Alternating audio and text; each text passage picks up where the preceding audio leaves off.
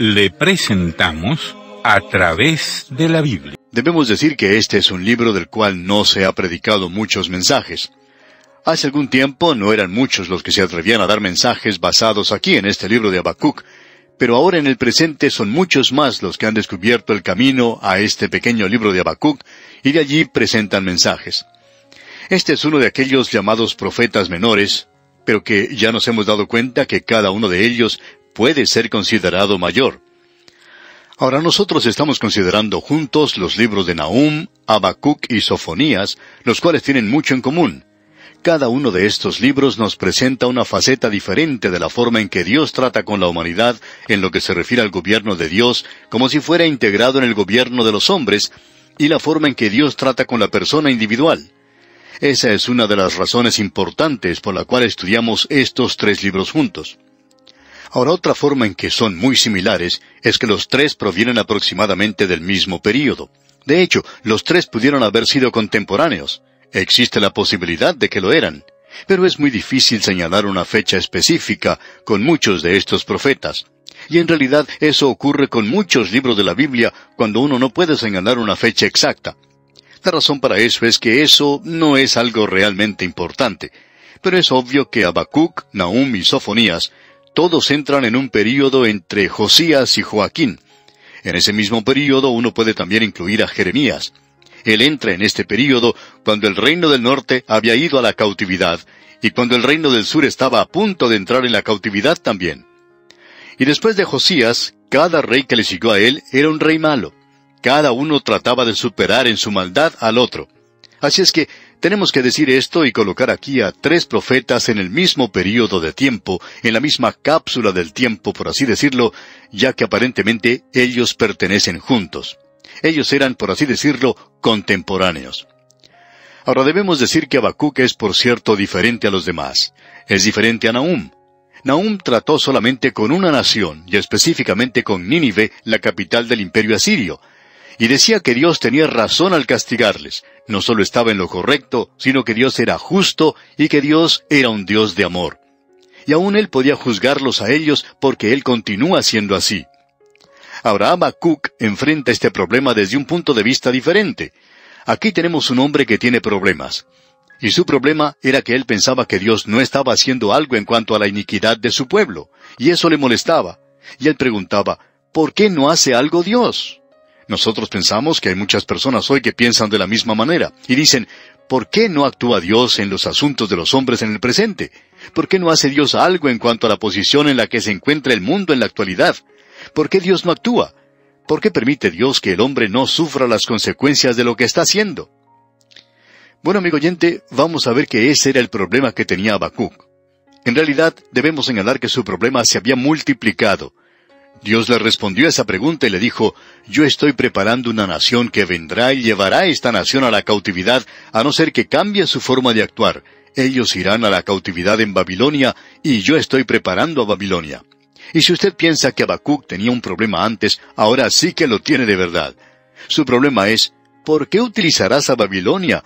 Una nación que, por cierto, es mucho más impía que tu propio pueblo, mucho más pagana que tu propio pueblo, que se ha entregado más a la idolatría y al pecado que tu propio pueblo. ¿Y a ellos vas a utilizar para castigar a tu pueblo?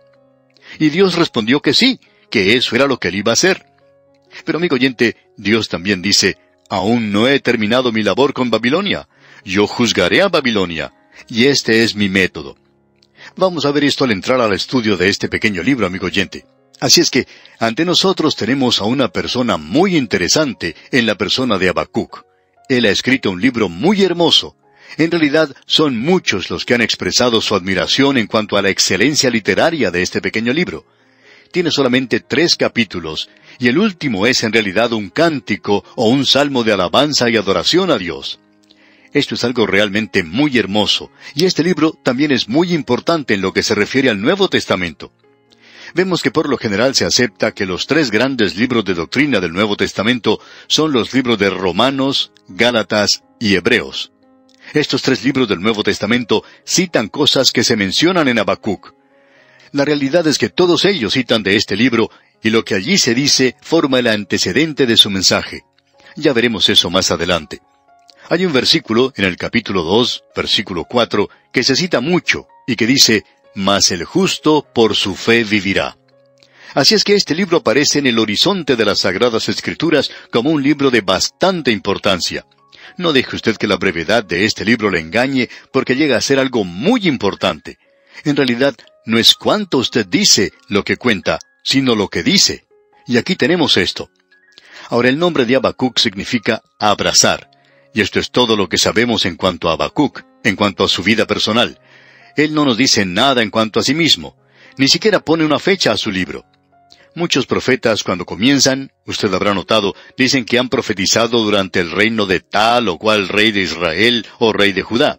Y por supuesto uno puede señalar a estos. Pero Habacuc ni siquiera usa eso para ayudarnos.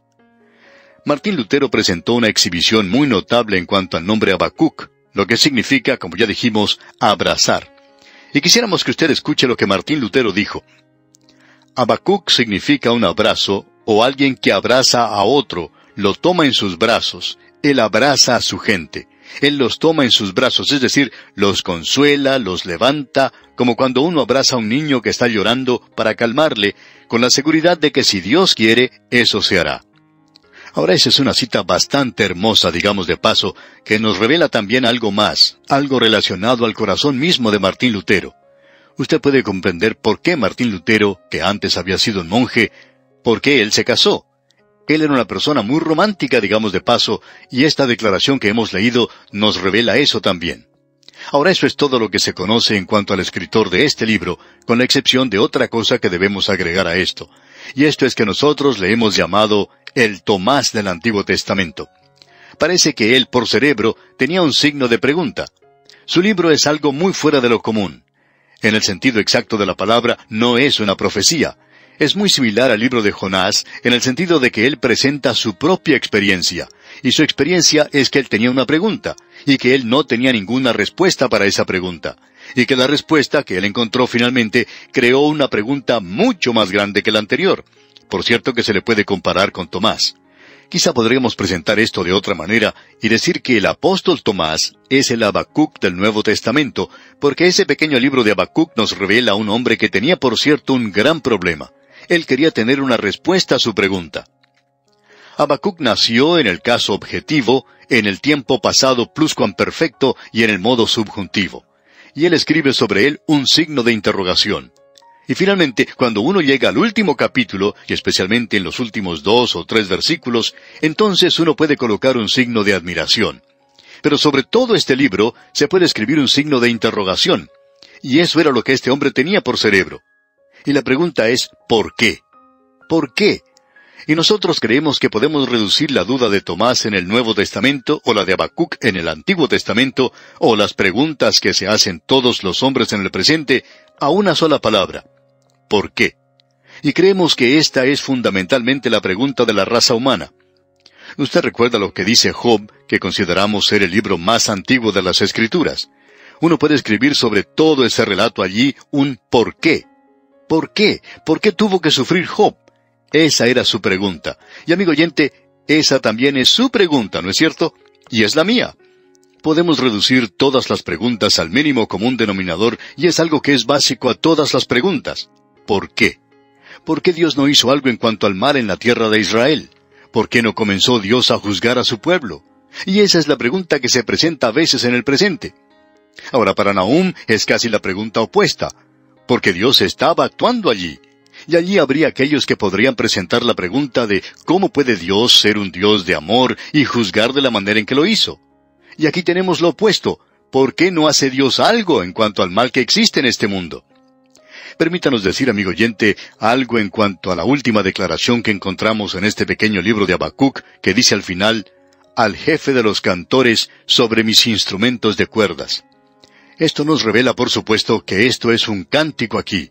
Esto fue colocado allí para que lo leyera la orquesta y para que lo leyera el director del coro. Y como ya hemos dicho, este último capítulo es un cántico, un salmo. Y toda esta profecía en su totalidad es en realidad una preciosidad. Permítanos decir esto, y es en relación a lo que otros han dicho, porque hace un momento quizá usted pensó que estábamos hablando en forma demasiado elocuente en cuanto a la belleza de este libro. Pero esto también ha sido notado por otros. Deilich escribió: su lenguaje es en su totalidad algo clásico, lleno de expresiones y palabras raras. Y Morehouse dijo lo siguiente: se distingue por su poesía magnífica. Ahora este pequeño libro comienza en la penumbra, pero concluye en la gloria. Comienza con un signo de interrogación y concluye con un signo de admiración. El libro de Habacuc es un gran ¿por qué? ¿Por qué permite Dios el mal? Es la pregunta que cualquier persona que piensa se ha hecho.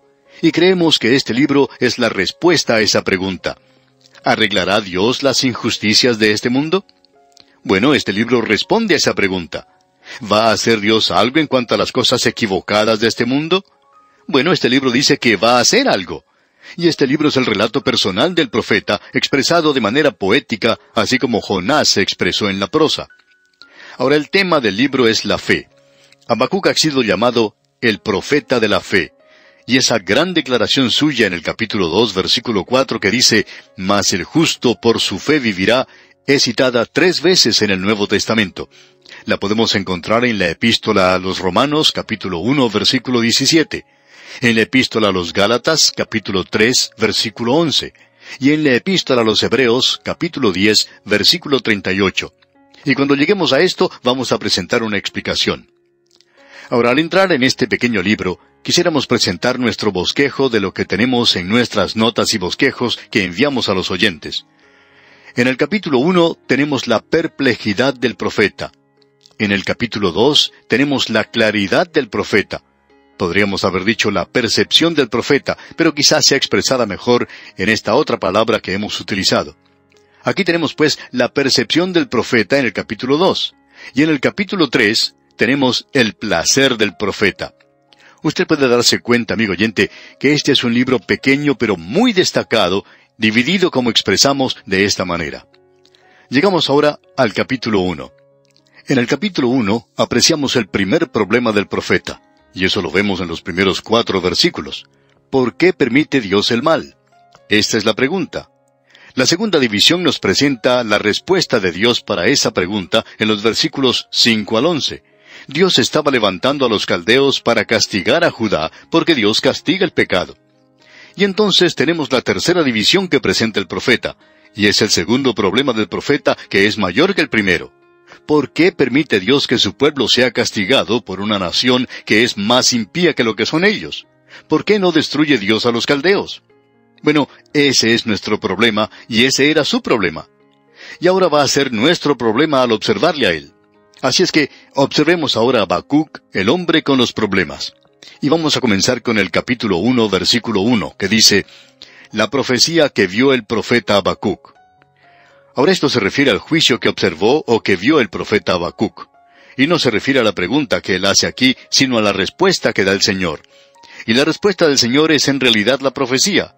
Y es el juicio o castigo, es decir, la forma en que esto encaja en este cuadro. Y con esto concluimos este primer versículo del capítulo 1 de Habacuc. No hemos avanzado mucho hoy en cuanto al texto mismo de este libro, pero pensamos que es bueno establecer una base sólida para esta maravillosa profecía que vamos a considerar, Dios mediante, en nuestro próximo programa. Mientras tanto, le aconsejamos una vez más, como lo hacemos frecuentemente, que usted se prepare para nuestro próximo estudio. Y la mejor forma en la que usted puede hacer esto es leyendo el primer capítulo de este libro de Habacuc. Y bien, amigo oyente, en nuestro próximo programa continuaremos nuestro recorrido por este libro de Habacuc, observando a este hombre a quien hemos llamado el Tomás del Antiguo Testamento, el hombre que tenía un signo de interrogación por cerebro. Aunque debemos decir de paso que hizo muy buenas preguntas y recibió también muy buenas respuestas de parte de Dios. Esto es pues lo que vamos a observar al recorrer este libro de Habacuc. Que Dios le bendiga ricamente. Continuamos hoy, amigo oyente, nuestro estudio de este pequeño libro de Habacuc, a quien hemos llamado el Tomás del Antiguo Testamento, el hombre que tenía un signo de interrogación por cerebro. Pero debemos decir de paso que él hizo preguntas muy buenas. No podemos acusar a este hombre por las preguntas que hizo, porque fueron preguntas muy buenas y demandan una buena respuesta. Y Dios le dio a él muy buenas respuestas a sus preguntas. La primera pregunta que él hace es una pregunta que estamos seguros muchos de nosotros hemos hecho también, y llegamos a ella ahora en esta primera sección que tenemos aquí. En el capítulo 1 tenemos la perplejidad del profeta, y él presenta aquí su primer problema diciendo, ¿por qué no hace Dios algo en cuanto al mal? Y como vimos en el versículo 1, la profecía que tenemos aquí es la respuesta que Dios le da a las preguntas que presenta el profeta. El versículo 2 de este capítulo 1 de Habacuc dice, «¿Hasta cuándo, oh Jehová, clamaré y no oirás?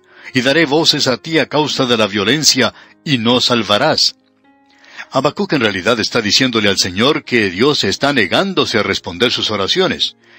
En una noche de desespero, él clama porque ve violencia a su alrededor y nota que Dios no está haciendo nada en cuanto a eso. Y aparentemente él no está diciendo nada tampoco.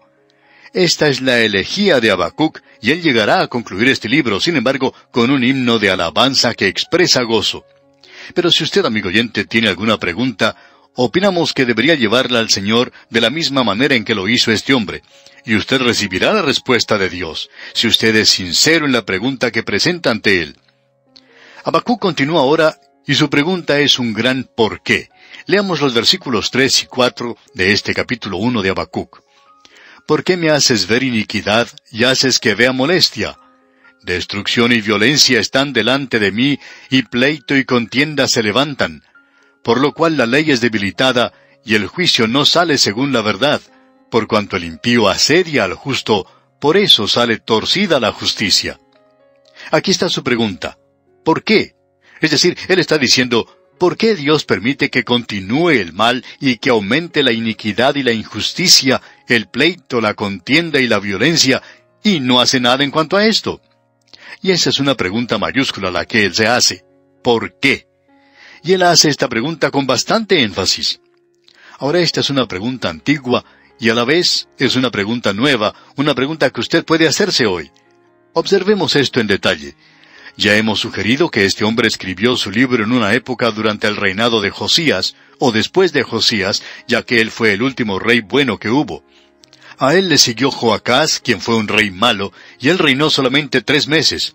Luego llegó Joaquín, y éste reinó 11 años, y también fue un rey muy malo. Esta era una época de desintegración, era una época de deterioro y degradación del reino.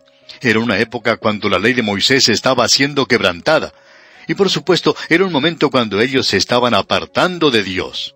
¿Por qué? Ahora uno puede resumir todo esto diciendo, ¿por qué Dios permite el mal? ¿Por qué permite Él el mal? En cierta ocasión un profesor universitario estaba conversando con otro en cuanto a la actitud de algunos profesores universitarios que son incrédulos y que utilizan cierto método para poner dudas en las mentes de los estudiantes que creen en Dios. Ahora estos dos profesores que conversaban eran creyentes. Y lo que un profesor impío utiliza es un método que trata de destruir la fe de los jóvenes y que ataca la integridad de la palabra de Dios. Y lo que ellos hacen en primer lugar es presentar una pregunta como esta. No me diga que usted cree que un Dios de amor permitiría el mal en el mundo, ¿verdad? ¿Piensa usted que un Dios de amor, un Dios amante, de un corazón tierno, permitiría el sufrimiento en el mundo? O sea que tales profesores destruyen la confianza en Dios, y destruyen entonces la confianza en la palabra de Dios. Usted recordará que el enemigo utilizó este mismo método con Eva. ¿Me quieres decir, dijo la serpiente, que Dios no quiere que tú comas del fruto de ese árbol? ¿Por qué? Este es el árbol más delicioso de todo este jardín y abrirá tus ojos y llegarás a ser como Dios. Y no puedo creer que un Dios tan bueno no quiera que tú no comas del fruto de ese árbol. Eso no lo puedo comprender. Y él estaba destruyendo una creencia en Dios, de si Él era bueno o no lo era. Y ese es siempre el mismo método que utiliza. Observemos ahora la pregunta que hizo Habacuc, de cómo ésta calza bien en la situación local de su día. La gente parecía estar saliéndose con la suya en cuanto a los pecados. Dios parecía que no estaba haciendo nada, por lo menos eso era lo que pensaba Habacuc. Y su pregunta era, ¿por qué no actúa Dios en cuanto al pecado? ¿Por qué no juzga Dios al impío? ¿Por qué permite Dios que los hombres impíos, así como también las mujeres impías, prosperen? ¿Y no es esta una buena pregunta para hoy, amigo oyente? ¿No es esta una pregunta que usted se haría en el presente? Estamos seguros de que muchos de los hijos de Dios han dicho, bueno, ¿y por qué no actúa Dios ahora? ¿Por qué permite Dios que ocurra todo este mal a nuestro alrededor? ¿Por qué permite que los ricos se salgan con la suya? ¿Y por qué tiene que llevar tal carga una familia normal y corriente? La persona normal y corriente tiene que pagar sus impuestos, tiene que pagar más cuando aumenta la gasolina, mientras que aquellos que son ricos no notan mucho la diferencia. Ellos tienen mucho más dinero para poder pagar estas cosas. Por esa razón no sufren tanto. ¿Por qué, pues, Dios no hace algo en cuanto a esto? ¿No es esa su pregunta, amigo oyente? Debemos decir que esa era la pregunta de David. Esta pregunta, esta duda, casi le roba a David su propia fe. David dijo, usted recordará, allá en el Salmo 73, versículos 2 y 3, «En cuanto a mí, casi se deslizaron mis pies, por poco resbalaron mis pasos, porque tuve envidia de los arrogantes, viendo la prosperidad de los impíos». Bueno, David decía, yo miraba a mi alrededor, ¿y quién es aquel que está prosperando? Es el impío. ¿Por qué no hace Dios algo en cuanto a eso? Y esa era la pregunta que se hacía Habacuc. ¿Por qué no actúa Dios en el día de hoy? ¿Por qué permite esto? Eso aparentemente estaba ocurriendo durante el reino de este rey impío, y no se estaba obedeciendo la ley entonces. En esa época abundaba la anarquía y el desorden. La maldad se podía apreciar por todas partes, y parecía que la gente se estaba saliendo con la suya. Hasta parecía que la nación no iba a sufrir por eso. Y eso le molestaba mucho a Habacuc. Este hombre está preocupado por eso porque él tenía un corazón muy tierno. A él no le gustaba ver cómo era agobiado el pueblo, como estaba sucediendo entonces. Ahora, si usted observa lo que está ocurriendo a su alrededor, amigo oyente, en el mundo del presente, lo que está sucediendo aún en su propia nación, lo que está sucediendo en su propia ciudad, pensamos que es lo mismo que lo que me ocurre a mí. Los políticos expresan mucha preocupación por mí. Ellos van a reducir los impuestos que tengo que pagar. Sin embargo, suben todos los años. Ellos dicen que se están preocupando mucho por mí, tanto en la capital de la nación como en la capital de la provincia, y que siempre están pensando en mí. Pero tengo la impresión de que no se acuerdan mucho de mí. Parece que están pensando mucho más en cuanto a ellos mismos. Estamos viviendo en la misma clase de día que vivía este profeta, amigo oyente, cuando abunda la impiedad. ¿A quién puede creer uno en el presente? ¿Y por qué no hace Dios algo en cuanto a esto? ¿Por qué no actúa en la nación? Esa era la pregunta que se hacía Habacuc. Este hombre tenía un corazón muy tierno, y amigo oyente, Dios está diciendo que Él tiene una respuesta para el profeta. Y Dios también tiene una respuesta para usted en el día de hoy. Notemos lo que dice el versículo 5 de este capítulo 1 de Habacuc. Mirad entre las naciones, y ved y asombraos, porque haré una obra en vuestros días, que aun cuando se os contare, no la creeréis. Dios está diciendo, Habacuc, cuando yo te diga lo que en realidad estoy haciendo, va a ser difícil para ti creerlo, porque en vez de no estar haciendo nada, estoy haciendo mucho, por cierto. Y lo que va a ocurrir es que finalmente Habacuc le va a pedir a Dios que no actúe tan rápido, cuando descubra todo lo que él está haciendo, y cuán pronto está actuando, cuántas cosas él está haciendo.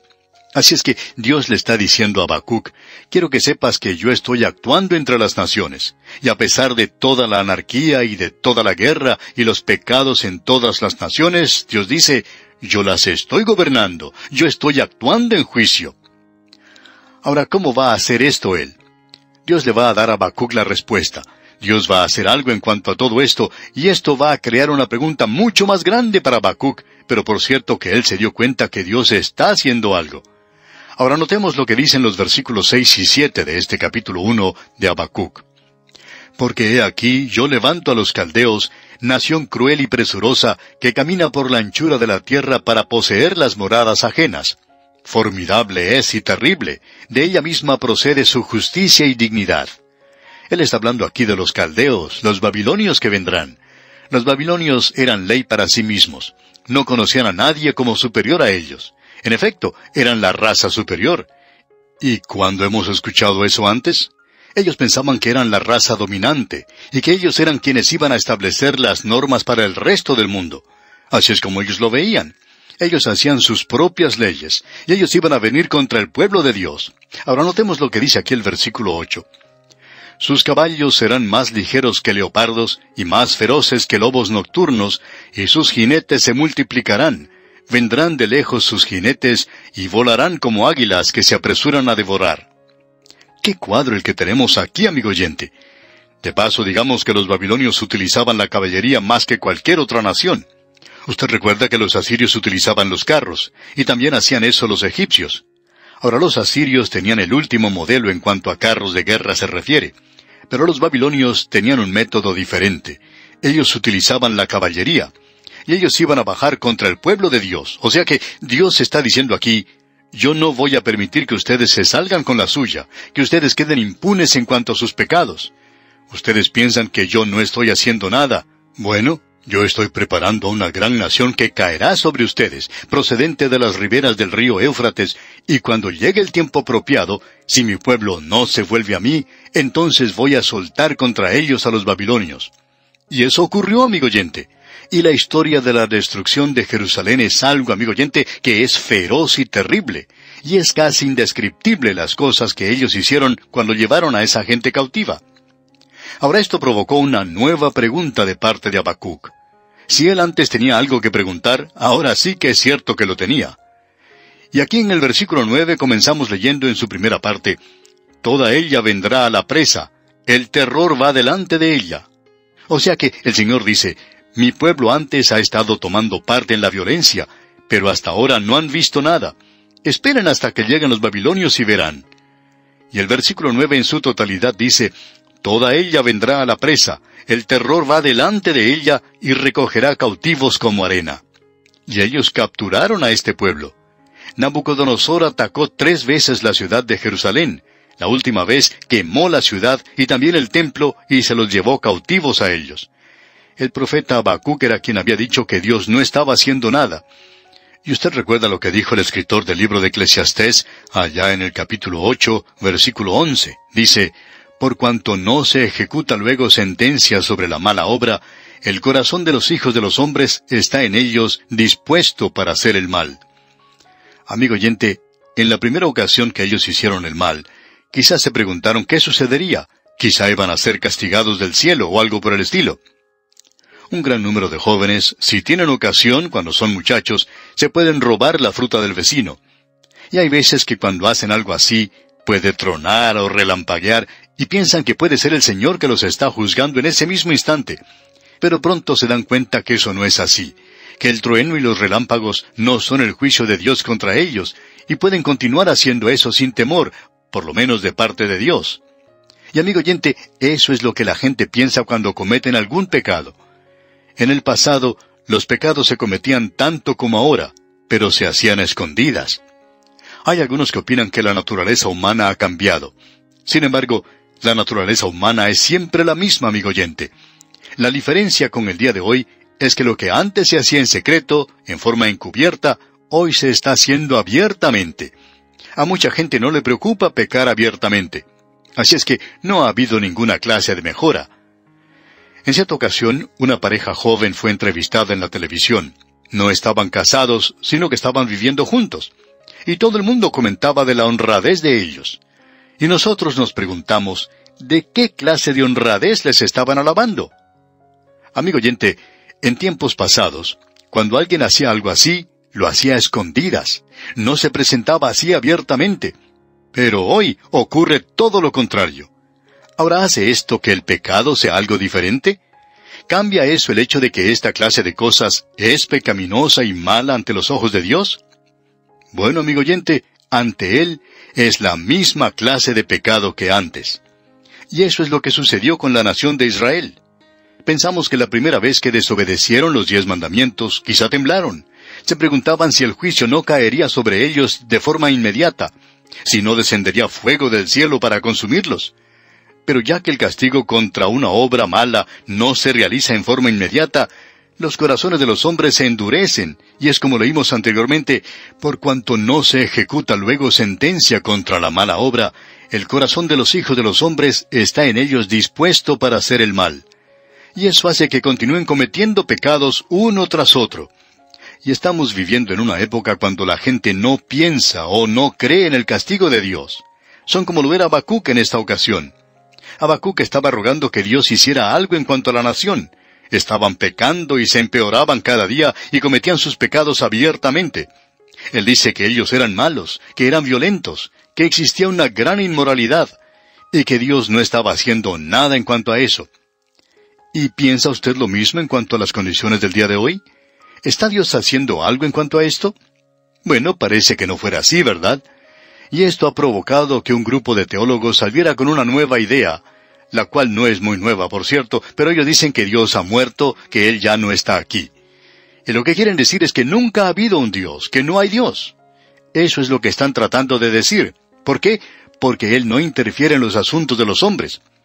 Pero, ¿es acaso cierto que Él no está interfiriendo en los asuntos de los hombres en el presente?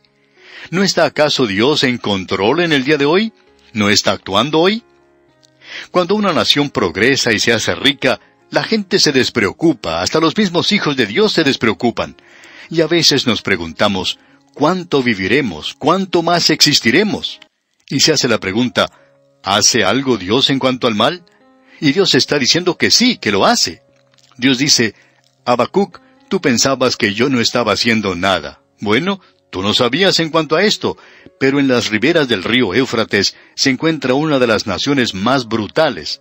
Y cuando llegue la ocasión, ellos descenderán contra esta nación, y ellos vendrán contra mi pueblo y lo cautivarán, lo llevarán cautivo, para que no escapen del castigo por su pecado. Tú pensabas que yo no respondía a tu oración, tú pensabas que yo no estaba haciendo nada en cuanto al pecado, pero yo estoy haciendo mucho en cuanto al pecado. Y pensamos, amigo oyente, que si usted pudiera observar detrás del pecado y ver lo que Dios está haciendo, de seguro que le aterraría en este mismo instante. Sería aterrador para usted poder ver que Dios en realidad está actuando contra su propia nación. Y Él actúa de esta manera contra cualquier nación que antes haya tenido algún conocimiento de Él. Y usted sabe, amigo oyente, que hay algunas naciones que se dicen ser cristianas, y el mundo las conoce como naciones cristianas, porque en el pasado han tenido algún conocimiento superficial de Dios. Y en ellas se reverenciaba la Biblia. No había muchos que conocieran mucho en cuanto a la Biblia, pero la palabra de Dios se reverenciaba. Pero en el presente es totalmente ignorada, es despreciada por toda la nación. Y a veces cuando una persona va a ocupar un cargo oficial en el gobierno, pone su mano sobre la Biblia para jurar, pero pronto se olvida de lo que dice dentro de ella. Amigo oyente, ¿no está haciendo Dios nada hoy? Bueno, nosotros pensamos que sí lo está haciendo. Y si nosotros solo pudiéramos contemplar, si pudiéramos saber lo que Dios está haciendo, por cierto que nos aterraría en alto grado. Bien, amigo oyente, vamos a detenernos aquí por hoy. Dios mediante, en nuestro próximo programa, vamos a ver cómo Dios responde a la segunda de las preguntas que tiene Habacuc, la cual ahora es de más importancia que lo que era la primera pregunta. Que Dios derrame incontables bendiciones sobre usted es nuestra ferviente oración. Continuamos hoy, amigo oyente, nuestro recorrido por este maravilloso, aunque pequeño libro de Habacuc, y vemos que este es un hombre con un problema. Él tenía una pregunta. Él había observado a su alrededor a su propia nación, y al observar a su alrededor, él pudo ver el pecado de su pueblo. Y hablando honestamente, él fue tocado por esto, y se preguntaba, ¿por qué Dios no hacía algo en cuanto a esto? Hay muchos que opinan que esto fue durante el reinado del rey Joacim. Esto podría haber sido en ese entonces, o algún tiempo antes de eso. Creemos que él comenzó su ministerio durante el reino de Josías, y luego los reyes se sucedieron rápidamente después de eso. O sea que ellos no duraban mucho tiempo en el poder. Y todos ellos eran malos. Era una época de anarquía. La ley de Dios se había dejado de lado y había mucha violencia en la tierra. Y la pregunta de este profeta a Dios era, ¿por qué no haces algo en cuanto a esto? ¿Por qué permite Dios el mal? ¿Por qué permite Él que su pueblo se salga con la suya en todo esto? ¿Y por qué es que en el presente el pecador es quien está prosperando? No son los humildes los que están prosperando en la tierra hoy. Por el contrario, son los orgullosos, los arrogantes, los impíos.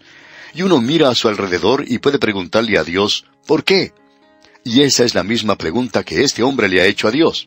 ¿Por qué me haces ver iniquidad? ¿Por qué estás permitiendo esto? Ahora Dios tenía una respuesta para él. Y en el versículo 5 dice, mirad entre las naciones y ved y asombraos, porque haré una obra en vuestros días, que aun cuando se os contare, no la creeréis. Es decir, que Dios le está diciendo que abra los ojos, que mire, que observe a su alrededor. Le dice, yo estoy haciendo algo en cuanto a esto. Y le está diciendo que tenga una visión más amplia, que tenga una perspectiva, que vea lo que Dios está haciendo. y que si él observaba a su alrededor, él podría ver que estaban ocurriendo algunas cosas, una crisis sucedía otra. Hoy el imperio asirio en el norte ha sido conquistado y su capital, la ciudad de Nínive, ha sido destruida. Y ahora está levantándose en las orillas del río Éufrates un reino que será conocido como el reino babilónico. Y ellos ya han avanzado contra Egipto. Ya tuvo lugar la batalla de Carquemis. Nabucodonosor ha obtenido la victoria. Y ahora se está convirtiendo en un gran poder mundial. Ahora Dios dice, ¿piensas que no estoy haciendo nada?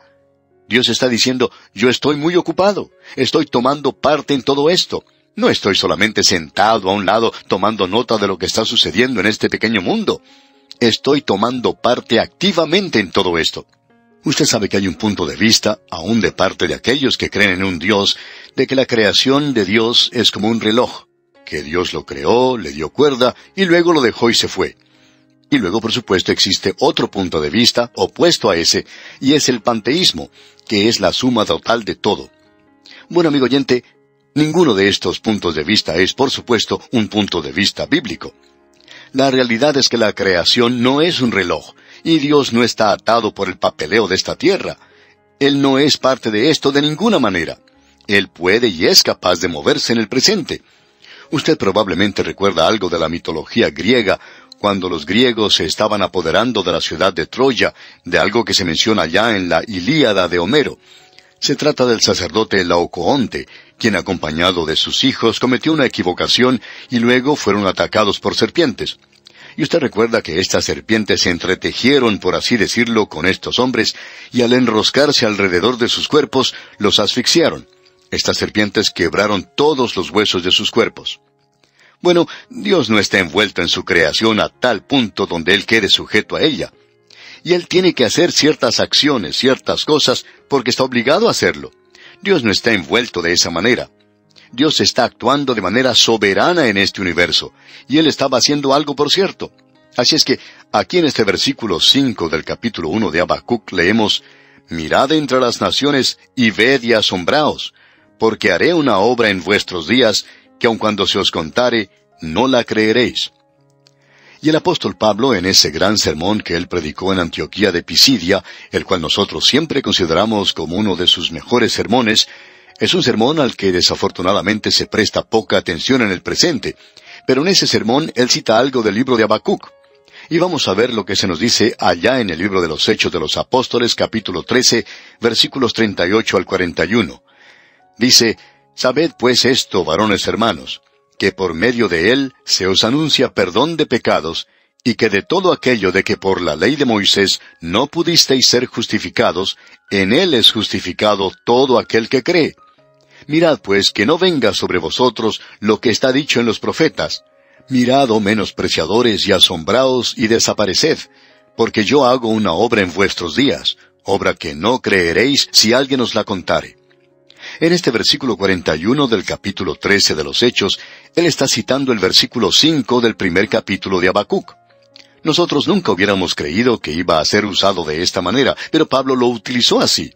O sea que él está diciendo que Dios ha provisto una salvación, y eso tuvo lugar, como él dice en otra ocasión, esto no fue hecho en algún rincón porque judíos de todas partes se encontraban allí, y ellos llevaron ese mensaje, esa palabra, a todas partes, de que Jesús de Nazaret había muerto en una cruz, y la noticia de que Él había resucitado de entre los muertos se esparció, y que también en el día de Pentecostés, donde ellos estaban otra vez reunidos, el Espíritu Santo descendió sobre un pequeño grupo, y multitudes fueron salvas durante ese momento y en esos días siguientes.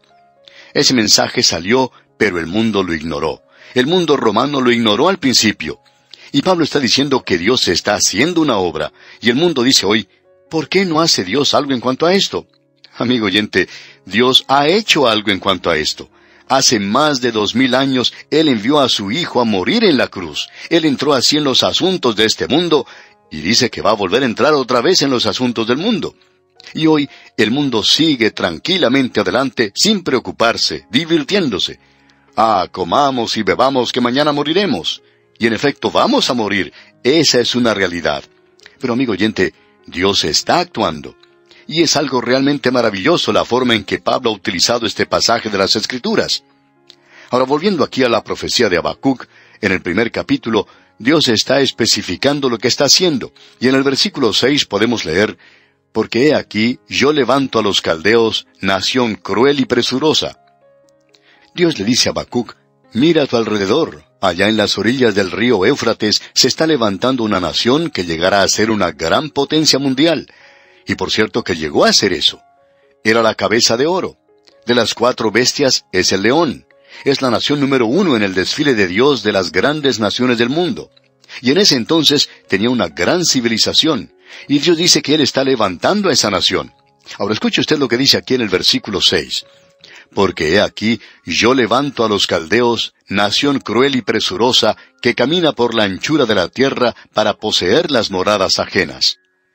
Ellos se van a apoderar de sus tierras. Esto es algo que realmente sacudió a Habacuc, de que algo así llegara a ocurrir. Y lo que tenemos aquí es una descripción muy buena del imperio babilónico. Son señalados muy claramente aquí.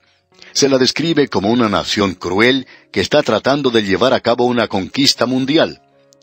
Dijimos en el programa anterior que se habían apoderado de la ciudad de Jerusalén.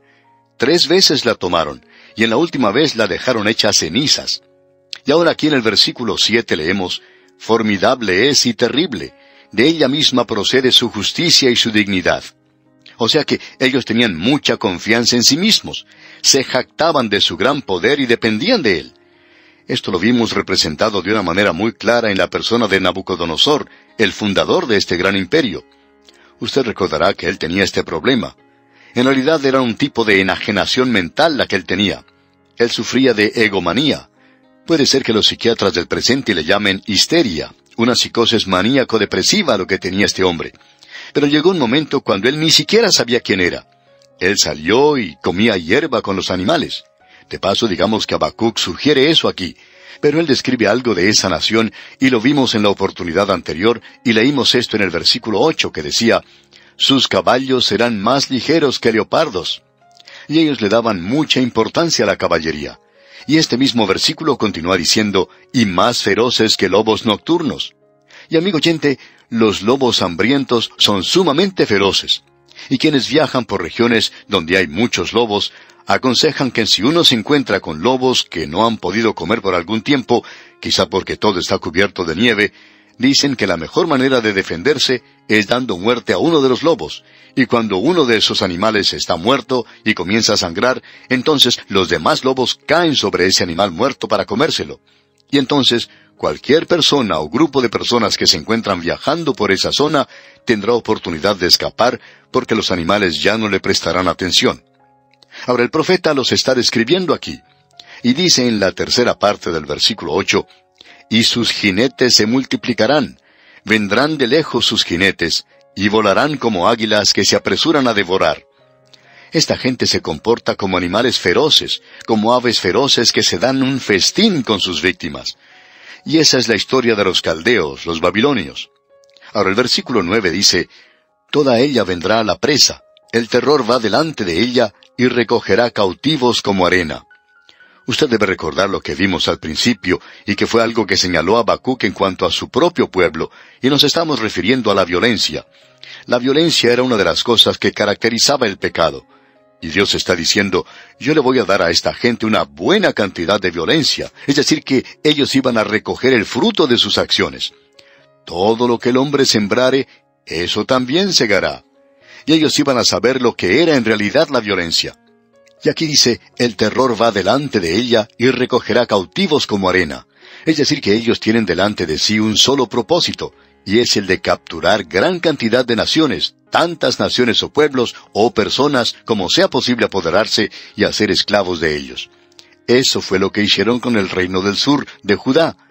Y ahora aquí en el versículo 10 continuamos leyendo, escarnecerá a los reyes y de los príncipes hará burla.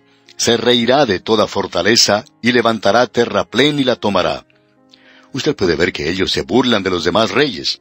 Podemos decir que ellos confían en su propia fortaleza, en sus propios dioses paganos, y con la misma arrogancia que habían demostrado los asirios antes de ellos, marchan ahora a través de la tierra. Este es pues el cuadro que se nos presenta aquí. Notemos ahora lo que se nos dice aquí en el versículo 11 de este primer capítulo de Habacuc. Luego pasará como el huracán y ofenderá atribuyendo su fuerza a su Dios. Y eso fue precisamente lo que sucedió con Nabucodonosor. No vamos a tomar el tiempo de ir aquí a ver lo que se nos dice allá en el libro de Daniel, porque ya hemos recorrido ese territorio antes. Pero usted quizá pueda recordar que cuando estudiábamos el libro de Daniel, allá en el capítulo 4, versículo 30, llegó un día cuando el rey Nabucodonosor dijo lo siguiente: ¿no es esta la gran Babilonia que yo edifiqué? Él estaba lleno de orgullo. Era una de esas personas egocéntricas que sufren de una manía egoísta. Y en el día de hoy hay unas cuantas personas que son así también, y confían en sí mismas. No confían en Dios. Podemos decir sin lugar a dudas que en muchas naciones, en el ambiente político especialmente, falta mucho la humildad. No hay ninguna duda en cuanto a eso. Cuando habla este partido político o aquel otro, ninguno en particular para señalar, por supuesto, sino que todos hablan del mismo modo. Se jactan de lo que pueden hacer o de lo que han hecho, y señalan a los demás como que no son capaces, que no tienen facultades de hacer esto o aquello. Sin embargo, todo esto es como nos está explicando aquí el profeta, que estamos confiando en nuestra propia fuerza, en nuestra propia fortaleza, en nuestra propia habilidad. A veces nos cansamos de mirar los programas de televisión donde uno escucha a personas que se están jactando de todo lo que han logrado, lo que en realidad no es mucho. Nos hace recordar de esa montaña que concibió y que dio a luz. ¿Y qué fue lo que dio a luz? ¿Otra montaña? No. Lo que dio a luz fue un ratón. Y así son los logros de muchas personas en el presente. Se jactan tanto que se parecen a esta montaña. Sin embargo, lo que han realizado no es más grande que un ratoncito. ¡Qué cuadro el que tenemos aquí, amigo oyente! Y este es un cuadro de Babilonia. Ahora, esto causó mucha impresión en Habacuc. Si usted piensa que él tenía un problema antes, él por cierto que lo tiene ahora. Y es un verdadero problema. Y su verdadero problema es este. Él dice: yo pensaba que Dios no estaba haciendo nada, pero ahora veo que Él está haciendo algo. Pero Él no está haciendo lo que yo pensaba que haría. Él está haciendo las cosas de una manera diferente a lo que yo pensaba que Él haría. O sea que, ahora su pregunta es esta: ¿por qué va a usar Dios a los babilonios, que son mucho más impíos que los de Judá, más impíos que el mismo pueblo de Dios? ¿Por qué usa Él una nación que es más cruel que lo que eran ellos para castigarlos a ellos, que eran menos crueles? ¿Por qué haría Dios eso? Bueno, ese es el mismo problema que encontramos allá en el libro de Isaías, como usted bien recuerda. Dios dijo en Isaías capítulo 10, versículo 5, «Oh Asiria, vara y báculo de mi furor». Dios estaba diciendo que Él iba a usar a Asiria como látigo, la iba a usar para castigar al reino del norte. Y Él hizo eso.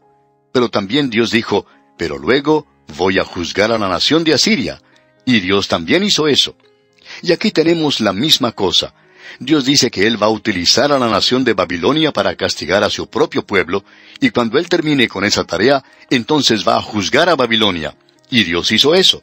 Dios actúa en los negocios de los hombres en el presente. Pero el problema allí es este: ¿cómo puede un Dios santo utilizar a una nación pecaminosa como esa? Y quizá esto sea un pensamiento nuevo para usted, amigo oyente.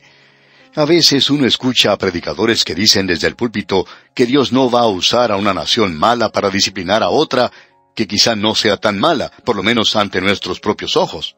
Pero, amigo oyente, permítanos decirle que esto es algo que quizá le haga erizar el cabello, si usted cree en la palabra de Dios, ya que Dios ha seguido un método de utilizar a una nación pecaminosa para juzgar a un pueblo que es menos pecaminoso.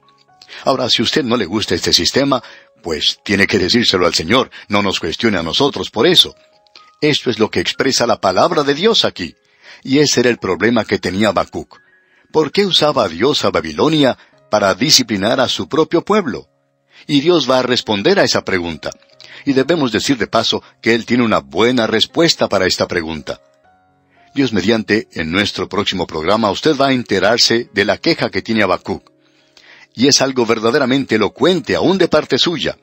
Y permítanos abrir un poquito la puerta aquí antes de concluir este programa. En el versículo 12 dice: ¿No eres tú desde el principio, oh Jehová, Dios mío, santo mío? No moriremos, oh Jehová, para juicio lo pusiste, y tú, oh roca, lo fundaste para castigar. O sea que Habacuc le pregunta a Dios si no ha cometido algún error. Tal vez te has equivocado, tal vez estás haciendo las cosas al revés. Y le dice a Dios: ¿no vas a utilizarnos a nosotros para castigarlos a ellos? Y Dios le dice: no, estás equivocado. Yo lo que quiero es utilizarlos a ellos para castigarlos a ustedes. Y esto es pues lo que veremos Dios mediante en nuestro próximo programa. Mientras tanto, le sugerimos leer los restantes versículos de este capítulo 1 de la profecía de Habacuc para estar más familiarizado con su contenido. De esta forma, en nuestro próximo estudio, le será más comprensible y podrá sacar el mejor provecho posible. Que Dios le bendiga abundantemente es nuestra ferviente oración. Continuamos hoy, amigo oyente, nuestro recorrido por el libro de Habacuc, y volvemos hoy al primer capítulo, y vamos a continuar nuestro estudio partiendo del versículo 12. Y aquí tenemos la segunda pregunta que hizo Habacuc. La primera pregunta que él había hecho, Dios la respondió ya. El problema con este hombre Habacuc era que al mirar a su alrededor, él pensaba que Dios no estaba haciendo nada en cuanto al mal. Parecería como que Dios demostrara complacencia, como que Dios se hubiera apartado de la escena, que nada estaba ocurriendo de su parte. Pero luego Dios le dice a él, quiero darte una mirada global para que puedas tener una vista mundial de lo que ocurre. Y luego, cuando regreses, tú podrás apreciar que yo estoy actuando en todas las naciones del mundo. En este mismo instante, estoy levantando un gran poder mundial, y esta gente los va a llevar a ustedes a la cautividad, aunque son una gran nación pagana. Voy a permitir que ellos hagan esto de la misma manera en que utilicé a los asirios para castigar a mi pueblo. Ellos fueron una vara en mi mano. Luego, cuando terminé de usarlos, los quité de la faz de la tierra como nación. Y voy a tratar también con Babilonia cuando llegue el momento. Pero ahora voy a usar a Babilonia para castigar a mi pueblo, porque ellos están continuando en pecado. Y amigo oyente, este hombre Habacuc ahora sí tiene un verdadero problema. ¿Por qué Dios, que es un Dios santo, usa a una nación, a un pueblo pagano, para castigar a su pueblo? Es verdad que ellos eran pecadores, pero no eran tan malos como nosotros. Bueno, notemos ahora parte de esta gran pregunta que él hace aquí en el versículo 12. ¿No eres tú desde el principio, oh Jehová, Dios mío, santo mío? No moriremos. Oh Jehová, para juicio lo pusiste, y tú, oh roca, lo fundaste para castigar. Ahora Dios viene de la eternidad. Él es un Dios eterno. Y Habacuc dice, santo mío, tú eres un Dios santo. ¿Cómo puedes usar una nación como Babilonia? Nunca hubiera creído que esto estuviera sucediendo hoy. Se nos ha contado que una gran nación se está levantando en esa zona, pero nunca habría soñado siquiera que tú la llegarías a usar. Ellos siempre han sido muy amigables con nosotros, ya que han enviado embajadores al rey Ezequías, y él les ha mostrado el palacio, y les mostró el tesoro, y ellos vieron dónde estaba guardado el oro. Y por supuesto que el embajador de Babilonia tomó atenta nota de todo esto porque ellos iban a regresar un día y ellos iban a necesitar ese oro. Y en efecto, llegaron a apoderarse de ese oro. Pero lo que queremos señalar, amigo oyente, es que este hombre Habacuc no se daba cuenta de eso. Él no se daba cuenta que Dios estaba haciendo eso. Dios estaba utilizando ese método. Dios es un Dios santo. Y luego él dice, no moriremos. Y él tiene razón. Este hombre puede descansar en las promesas que Dios le había hecho a Abraham y a Isaac y a Jacob. Promesas que él hizo a Moisés, las promesas que él le hizo a Josué, las promesas que él le hizo a David, y las promesas que los profetas que habían venido antes habían presentado.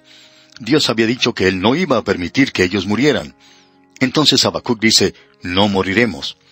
Y de paso digamos que esta es una buena expresión para mencionarles a muchos de nuestros amigos amilenarios que creen que Dios ya no tiene nada que ver con la nación de Israel.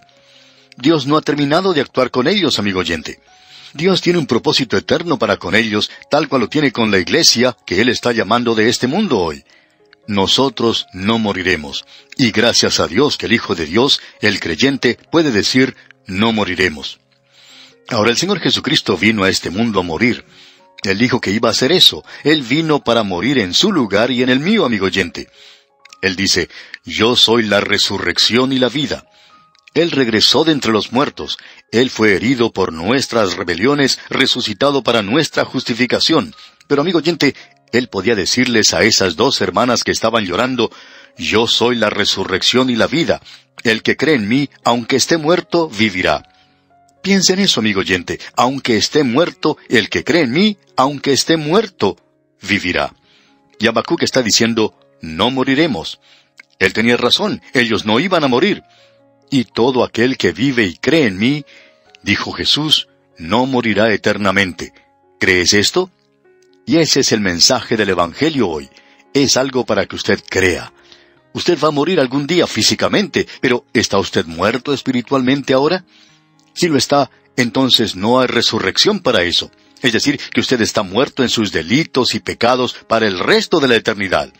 Y esto quiere decir separado de Dios eternamente, porque Dios es un Dios santo, y Él no va a permitir que el pecado entre en el cielo. Pero Él ha prometido, Él ha dicho que si usted confía en su Hijo, Él le dará vida eterna. Y si usted cree que es un pecador, que usted no merece la salvación, y que usted no puede trabajar por la salvación, entonces Dios dice, yo tengo que ofrecértela como regalo. Por gracia sois salvos. Usted recibe entonces vida eterna. El que tiene al Hijo, tiene la vida. Amigo oyente, ¿tiene usted hoy al Hijo? Entonces usted tiene la vida. Usted no morirá.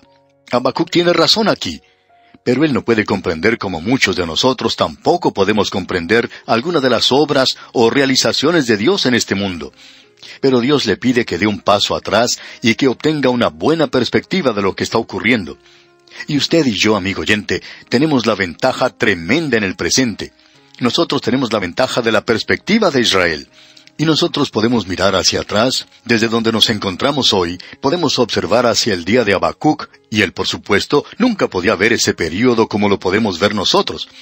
Pero nosotros podemos ir hasta el momento de Habacuc y mirar hacia atrás, al mismo principio.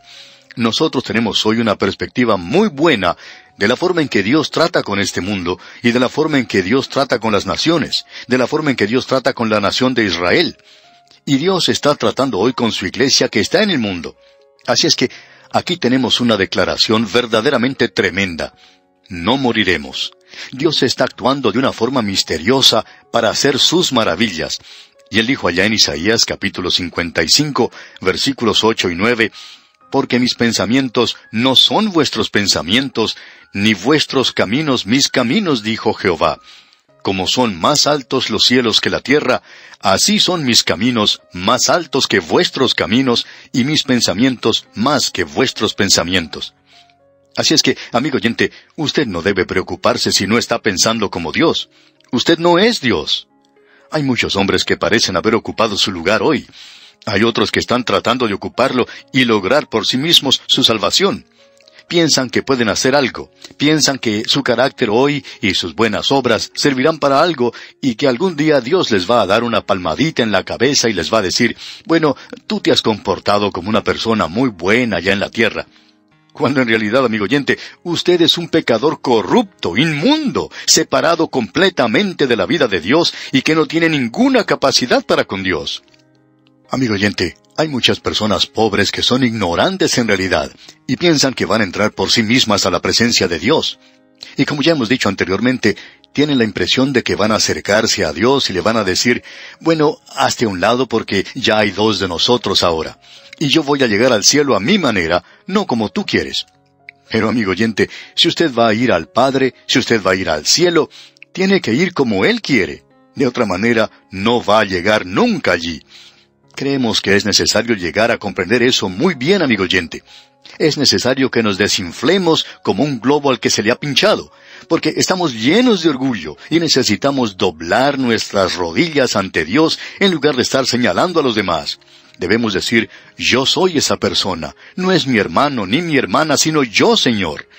Y eso es muy difícil de decir. Y eso es lo que sucede hoy. Ese es el problema de la iglesia en el presente. Es fácil decir que es culpa de otro miembro de la iglesia, o que es la culpa del predicador, y que nosotros siempre tenemos la razón. Pero, amigo oyente, somos nosotros los que tenemos la culpa y debemos reconocer eso. Pero estas personas no estaban dispuestas a reconocerlo. Pero si nosotros confiamos en Cristo, no moriremos. Ahora aquí sigue diciendo Habacuc en este mismo versículo 12, «Oh Jehová, para juicio lo pusiste». Es decir, que Habacuc está señalando con su dedo. De pronto él se convierte en uno de esos muchachitos buenos y todos los suyos son los buenos de la historia. Pero Dios no ve las cosas de esa manera, amigo oyente. A nosotros nos parece que siempre nuestro lado es el que tiene razón y que es donde están los buenos.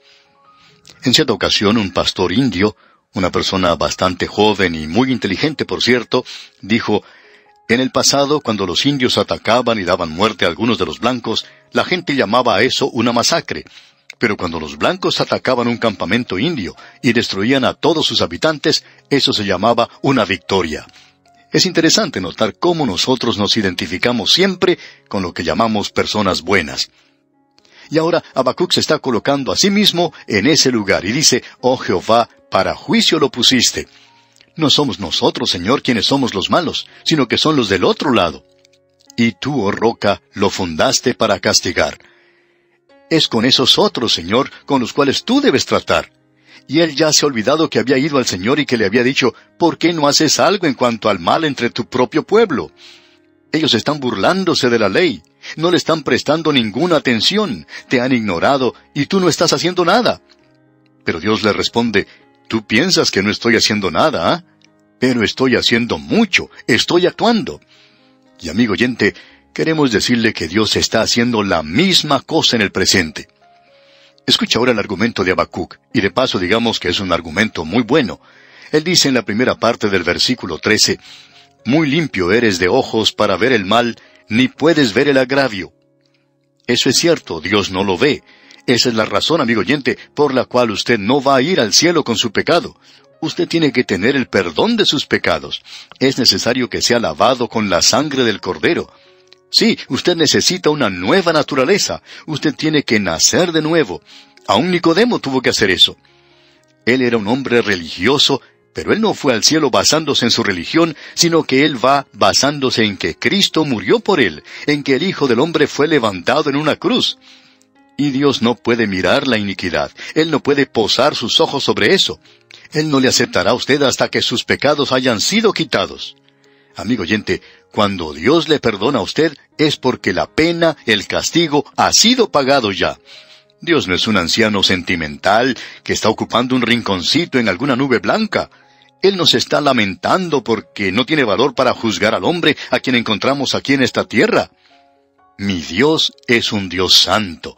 Él no mira la iniquidad. Esto tiene que ser atendido antes de que uno pueda acercarse a Él. Luego sigue diciendo, ¿por qué ves a los menospreciadores? Él está diciendo que no se puede confiar en los de Babilonia. Ellos son pecadores, son malvados, y tenía razón porque así lo eran. Pero Dios los iba a usar. Y eso es lo que nos da temor, amigo oyente. ¿No cree usted que Dios puede utilizar a una nación impía para juzgar a una nación que se dice justa? Nosotros podemos apreciar lo que está ocurriendo a nuestro alrededor y ver que las naciones europeas, el hombre blanco en general, ha sido humillado. Estas grandes naciones orgullosas que a través de los siglos han gobernado el mundo.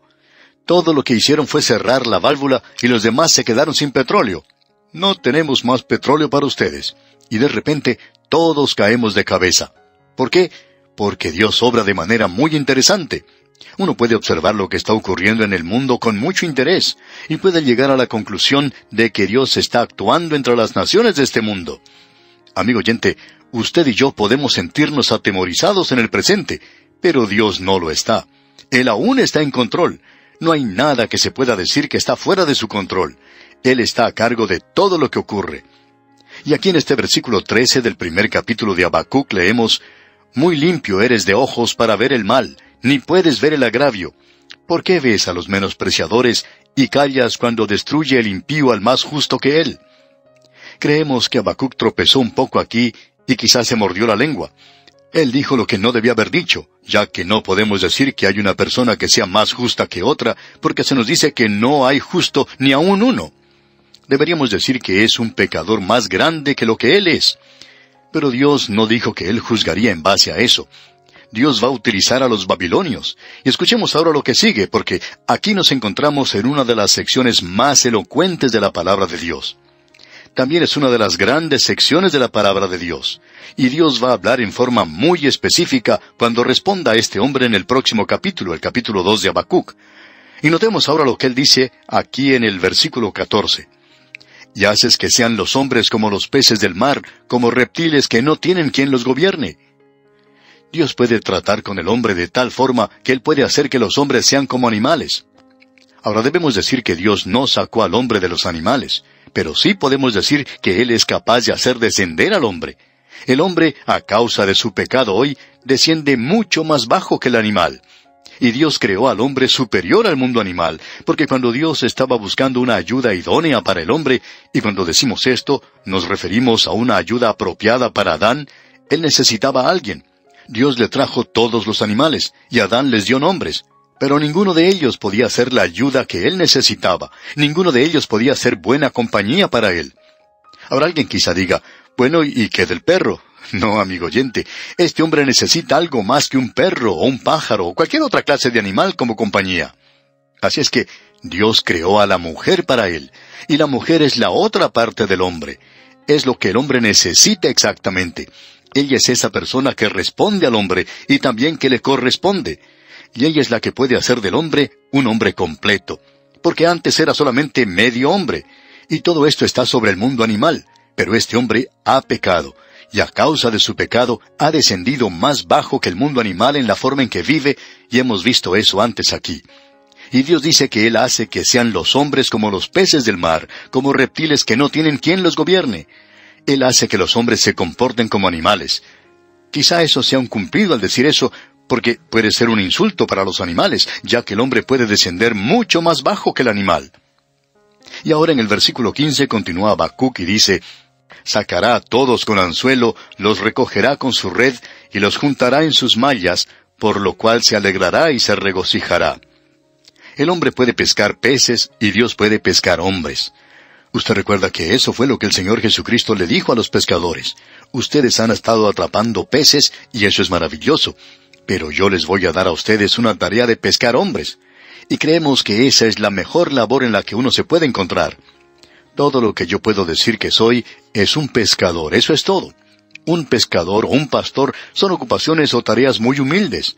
No queremos que se nos llame reverendos, porque el significado de esa palabra es terrible. Eso es lo que quiere decir, terrible. Y lo que nosotros tenemos que hacer hoy es pescar hombres. ¡Qué declaración más tremenda la que tenemos aquí, amigo oyente! Y estos versículos 15 y 16 dicen, «Sacará a todos con anzuelo, los recogerá con su red, y los juntará en sus mallas, por lo cual se alegrará y se regocijará. Por esto hará sacrificios a su red, y ofrecerá sahumerios a sus mallas, porque con ellas engordó su porción y engrasó su comida». Hay personas que opinan que porque ellos van y bendicen a la flota de pesqueros, que esa es la razón por la cual tienen buena pesca. Pero eso no tiene nada que ver con la pesca, amigo oyente. La única razón por la cual pueden pescar mucho para comer es porque Dios es bueno. La única. Dios es bueno. Él es quien provee todo. Por eso debemos notar lo que dice el versículo 17. ¿Vaciará por eso su red y no tendrá piedad de aniquilar naciones continuamente? Es decir, ¿vas a permitir a esa gente que sigan en el futuro destruyendo a un pueblo después de otro? Y Dios contesta que no. Voy a enviarlos a ustedes a la cautividad allí, los voy a castigar, los voy a juzgar. ¿Tú querías saber si yo estaba haciendo algo? Pues bien, lo estoy haciendo. Y luego Él dice que va a juzgar a Babilonia. Y Dios juzgó a Babilonia. Babilonia se encuentra hoy debajo del polvo y los escombros de los siglos. Ese es un testimonio elocuente, pero silencioso, de que Dios sí hace algo en cuanto al mal. Él lo juzga aún en nuestro propio día. Y nosotros vamos a poder trasladar esta interrogación de Habacuc a nuestro propio día. ¿Por qué permite Dios el mal? La respuesta a esta pregunta es sencillamente la cruz de Cristo. Esa es la respuesta de Dios para esto. ¿Por qué permite Dios el mal? Bueno, amigo oyente, Él lo permite y nos deja continuar a causa de su paciencia. Él no desea que ninguno perezca y lo ha probado sobre una cruz de que no hay razón para que ninguno perezca. Ese es el significado de la venida de Cristo. ¿Por qué no juzga Dios a los impíos? Bueno, la respuesta a eso es la segunda venida de Cristo. Él viene, y Él viene a juzgar. Todo lo que usted y yo necesitamos es una perspectiva. El autor de estos estudios bíblicos, el Dr. J. Vernon McGee, contaba que cuando su padre murió, él era un jovencito de 14 años, y que lloraba mucho al lado de su tumba. Y él se preguntaba, ¿por qué se había llevado Dios a su padre? Y él dice que más tarde tuvo la respuesta para eso. Había pasado ya mucho tiempo, pero él sabía que ese fue el método de Dios para entrar con un joven que nunca hubiera llegado a ser predicador de la Biblia. Por eso Dios permitió que ocurriera eso. Es necesario agradecer a Dios por la forma en que nos trata muchas veces, aunque en muchas ocasiones tengamos también una pregunta que hacer. Bien, amigo oyente, vamos a dejar aquí por hoy y continuaremos Dios mediante en nuestro próximo programa. Que Dios le bendiga abundantemente.